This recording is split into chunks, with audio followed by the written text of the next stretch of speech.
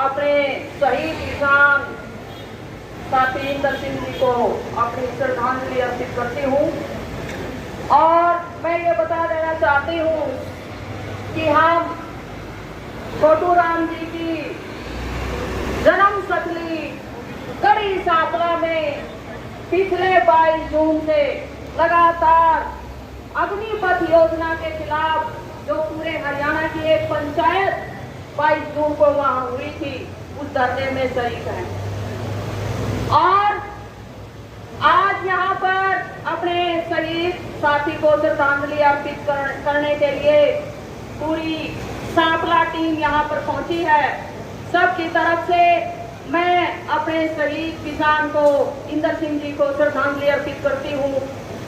और एक बात ये बता देना चाहती हूँ कि संगठन जितने भी काम करें, जब तक गांव की कमेटियां मजबूत नहीं बनाओगे, गांव लेवल पर लड़ना नहीं सीखोगे, गांव को बचाने की सोच नहीं रखोगे, तब तक कितने ही किसान संगठन हो, चाहे वो मेरा संगठन भी क्यों ना हो, वो आपको धोखा दे सकते हैं। इसलिए किसान सरदारी से यह अपील करने आई हूँ कि अगर आपने अपनी शामला जमीनों को बचाना है तो सबसे पहले उस गांव का भाईचारा एक होना चाहिए। ये गांव का भाईचारा सन 2016 में इस खट्टर की सरकार ने अपने हरियाणा में तोड़ने का काम किया था। उस घटना को याद रखना है। आज तक भी हमारे किसान और मजदूर एक मंच पर उस सीमा तक खड़े नहीं हुए हैं जिस सीमा तक जरूरत है। दूसरा, गांव को मजबूत बनाने के लिए, गांव की शामला जमीन को बचाने के लिए उस गांव की कमेटियां जब तक नहीं बढ़ेंगी तब तक हम अपनी जमीनों को एक एक करके नहीं बचा पाएंगे। इसलिए हरियाणा के सभी किसान सरकारों से, इस किसान कौम से और किसान और मजदूर के भाई बहनों से मैं ये विनती करना चाहती हूँ कि सारा भेदभाव भूलकर, जात पात का भेदभाव भूलकर, धर्म का भेदभाव भूलकर आज जरूरत आन खड़ी है। जैसे अंग्रेजों के जमाने में उनको उनके जुर्म के खिलाफ लड़ने के लिए हम इकट्ठा हुए थे, आज भी उसी तरह से अपने गांव को बचाने के लिए, अपनी धरती को बचाने के लिए, अपनी नस्लों को बचाने के लिए हर गांव में एक मजबूत स्ट्रॉन्ग ऐसी कमेटियां खड़ी कर दो कि गांव की तरफ इस सरकार का कोई भी कारिंदा कदम भी ना रख सके। जब तक ये कदम आप लोग नहीं उठाओगे, ये जमीनें बचनी संगठनों के भरोसे मुश्किल है। इसलिए गांव कमेटियां बनाना बहुत जरूरी है। इसी अपील के साथ मैं आप सबको धन्यवाद करती हूँ और हमारे शहीद भाई को दोबारा से नमन करती हूँ। धन्यवाद। मात्र तस्वीर हमारी इतनी आ गई है, भगवान ने सोचना क्या दो इस वीडियो तो वही बोल रहे हैं अपना बना के कोना लगता है वीडियो बनाना नहीं।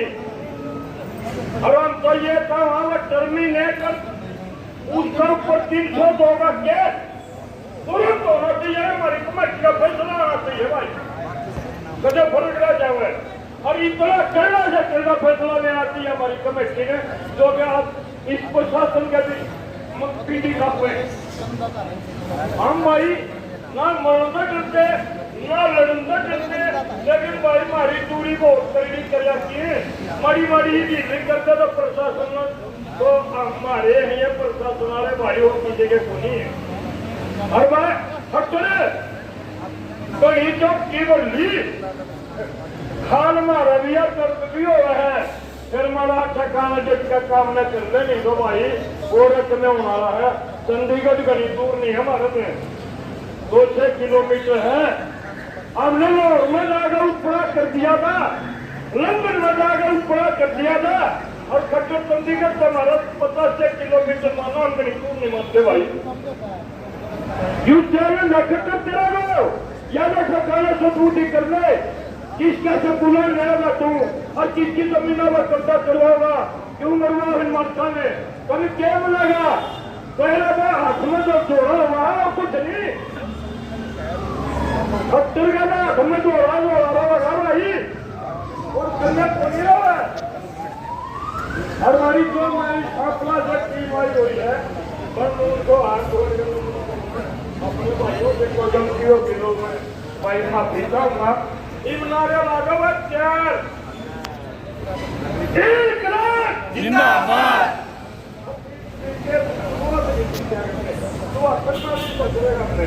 इनकलाब जिंदाबाद हमारे अंदर उम्र है, हमारे अंदर उम्र है, इन बंदों से थोड़ा जुड़ा उम्र है, इन बंदों से थोड़ा जुड़ा उम्र है।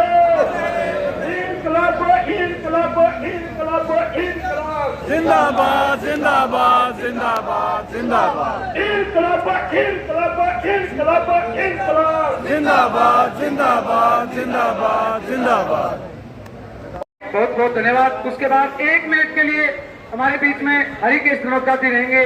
साथी हरिकेश नरोत्ता जी सुमित जी के बाद 1 मिनट सुमित जी। धन्यवाद जी। आप सभी से रिक्वेस्ट करूंगा साथ में शामिल हों इंदर जी की शहादत को नमन करते हुए। किसान शहीद इंदर जी अमर रहें, किसान शहीद इंदर जी अमर रहें। जोश के साथ एक बार फिर से, किसान शहीद इंदर अमर रहें। तो भाई आप सभी लगातार इस नारे को लगाते रहे और इसका मतलब है कि इंदर जो किसान जिन्होंने हमारे लिए जमीनों के लिए हमारी जमीनों के लिए जो शहादत दी है वो हमेशा यादगार तौर पे बनी रहे। और वो यादगार तभी रह सकती है जब कोई दूसरा भाई इसी मुद्दे के लिए दोबारा शहीद ना हो, दूसरा कोई किसान इसी जमीन के मुद्दे के लिए दोबारा शहीद ना हो। इसके लिए जरूरी है आप सभी एकजुट होकर लामबंद होकर इकट्ठे हो जाएं। सभी समझ लें कि ये सरकार हमारे पीछे पड़ी हुई है, किसानों के पीछे पड़ी हुई है। किसान से उसके औजार, उसका बुलद मतलब उसका ट्रैक्टर जिसकी समय सीमा बांधने की कोशिश की थी इस सरकार ने, उसकी जो बुलद का खाना डीजल उसको महंगा करने की कोशिश की सरकार ने। जो हमारी फसल की जरूरत है खाद, उसमें खाद के कट्टे में कटौती की सरकार ने, उसकी कीमत बढ़ाई सरकार ने। तो ये सरकार हमारी रोजी रोटी पे वार कर रही है, हमारे कामकाज पे वार कर रही है। और जब आप जानते हो कि मेहनत कश के कामकाज पे, उसकी रोजी रोटी पे जब कोई वार करे तो उसके खिलाफ किस तरह से लामबंद होना चाहिए, किस तरह से इकट्ठे होना चाहिए। सभी भाई जहां से भी हैं, हमें कई बार कहते थे कि भाई लोग जो है टिकट लेके ना आए किसान, और हम कहते थे भाई हम टिकट लेके चलते हैं, लेकिन ये वास्तविकता है कि हमें टिकट लेके नहीं चलना चाहिए। सभी को लामबंद होकर इकट्ठे चलना चाहिए ताकि सभी लोग एक जगह इकट्ठे हो जाएं। हमारी रोजी रोटी पे वार किया हुआ है, कमाई के साधन खत्म कर दिए गए हैं, लागत मूल्य बढ़ा दिया गया है और हमसे उम्मीद की जाती है कि हम जब भी अपने मुद्दों के लिए इकट्ठे हों तो हम टिकटों का पालन करें, हम अपने नियमों का पालन करें। और सरकार बेतुका बेबुनियाद ढंग से हमारी रोजी रोटी पे हमले करती रहे।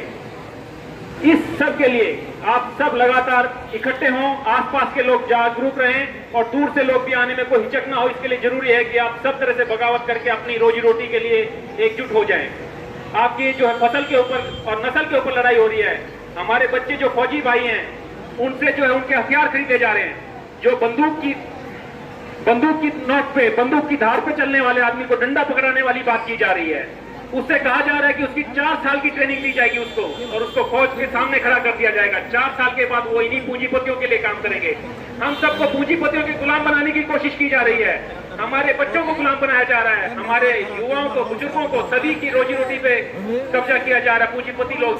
हम जो काश्तकार हैं, जो मेहनतकश हैं, जो जानते हैं खेती कैसे करना है, उससे खेती को लेके इन पूंजीपति लोगों के हाथ में देना चाहते हैं। क्या पैसा ही सब कुछ है? क्या मेहनत की कोई कीमत नहीं है? क्या मेहनत उस पूंजी के नीचे दब जाएगी? ऐसा नहीं होने देंगे अगर आप लोग इकट्ठे होकर लड़ाई लड़ेंगे। अगर आप ये लोग सोचते रहेंगे कि हम अलग अलग झंडे लेके लड़ें तो लड़ाई संभव नहीं है। आप लोग झंडे लेके जरूर आए, लेकिन 500 गज दूर तक धरने पे आके झंडे ना लगाएं।